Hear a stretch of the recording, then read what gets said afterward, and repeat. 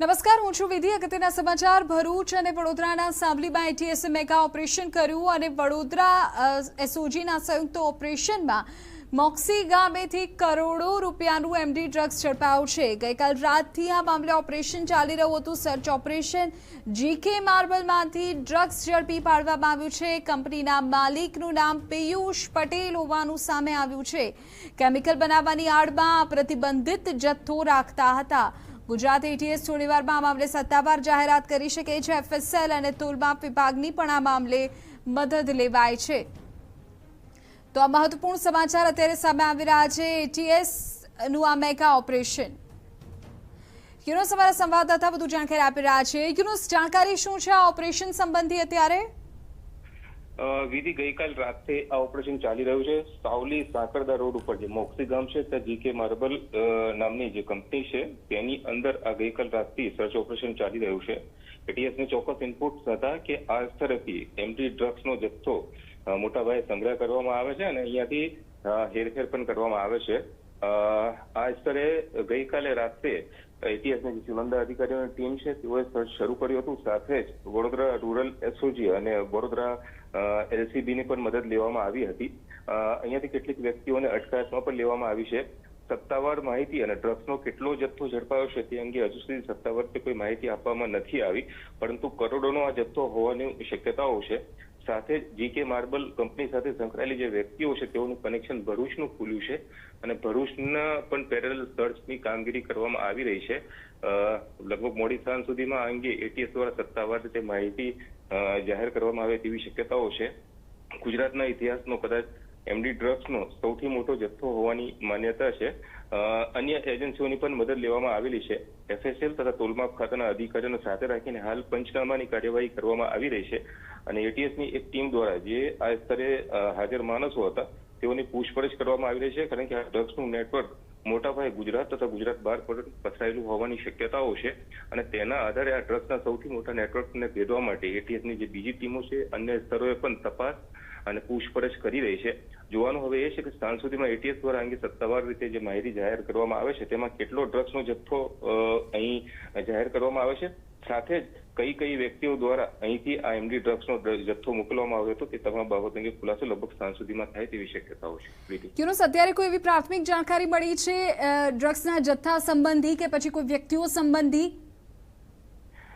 હાલ તો જે જીકે માર્બલ સાથે સંકળાયેલી વ્યક્તિઓ છે તેઓના જે નામો ખુલ્યા છે તેઓની જે એટીએસની એક ટીમ છે સ્થાનિક પોલીસને સાથે રાખીને તેઓની પૂછપરછ કરી રહી છે.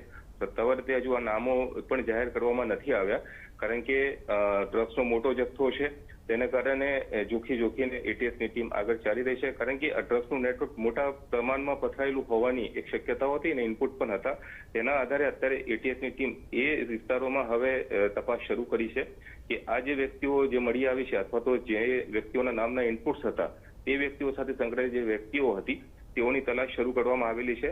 કે એટીએસને એક સૌથી મોટી સફળતા મળી છે. માર્બલ કંપનીની આડમાં ડ્રગ્સનો જથ્થો અહીંયા સંગ્રહ કરવામાં આવતો હતો અને અલગ અલગ સ્થળોએ તેને વહન કરવામાં આવતો હતો. સુરત તથા ભરૂચના પણ કનેક્શન આ જે વ્યક્તિઓ છે તેઓની સાથે ખુલી રહ્યા છે. તેઓની શું ભૂમિકા રહેલી છે તથા સમગ્ર નેટવર્કની સાથે તેઓની સાથે કોણ કોણ સંકળાયેલું છે તે તમામ બાબતોનો ખુલાસો સાંજ સુધીમાં થાય તેવી શક્યતાઓ છે.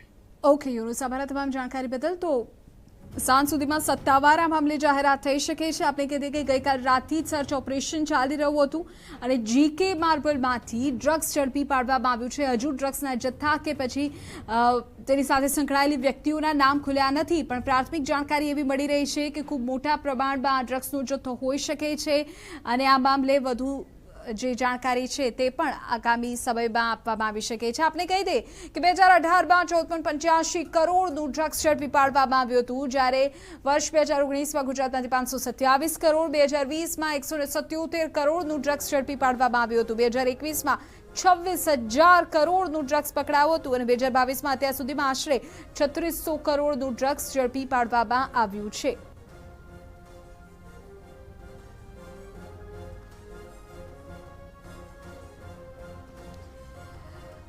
તો એટીએસનું આ મેગા ઓપરેશન કે જે ગઈકાલ સાંજથી જ સર્ચ ઓપરેશન ચાલી રહ્યું હતું અને આ મામલે એક આપણે કહી દઈએ કે સતત કાર્યવાહી પણ થઈ રહી છે. 17 જુલાઈ 2021ની જો વાત કરીએ તો પોરબંદરના દરિયામાંથી ડ્રગ્સ ઝડપી પાડવામાં આવ્યું. 19 સપ્ટેમ્બર 2021ના રોજ મુન્દ્રા બંદરેથી 21 સપ્ટેમ્બર 2021ના રોજ 150 કરોડનું પોરબંદર નજીકથી ડ્રગ્સ ઝડપાયું. 10 નવેમ્બર 2021ના રોજ સલાયામાંથી 315 કરોડનું ડ્રગ્સ ઝડપાયું.